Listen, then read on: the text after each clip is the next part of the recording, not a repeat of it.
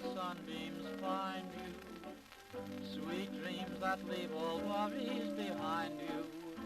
But in your dreams, whatever they be,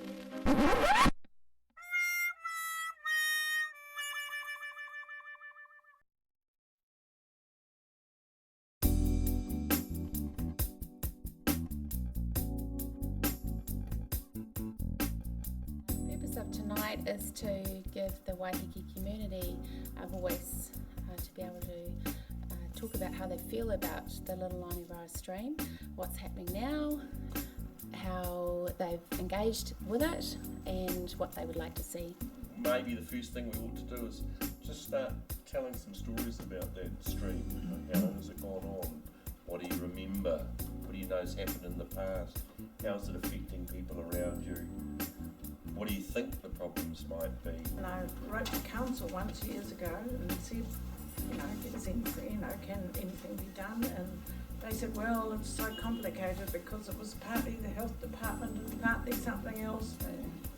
As in most of the island, the population explosion at Christmas time is quite large. So whether or not the stream is coping with the extra people or not is... Is the stream being polluted by septic tank sort of runoff? The council have approached it in a relatively narrow way, and that's to look at fecal coliform. That pretty much is septic tanks. But there are a whole bunch of other ways that you might look at stream health to inform it better.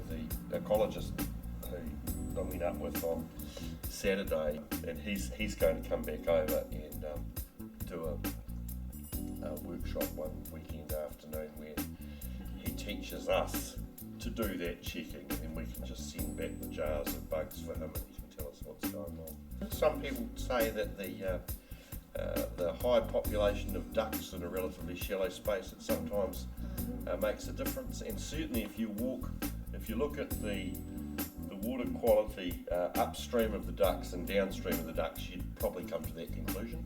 In the summer, when there's A, the most people, B, the water in the stream is the warmest, there's no rain and there's no movement of water.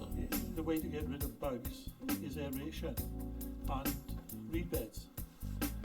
But if you've created a new flow where it doesn't get a chance to sit there and become gunky, and it just flows through naturally and goes out to sea, then we don't have a problem.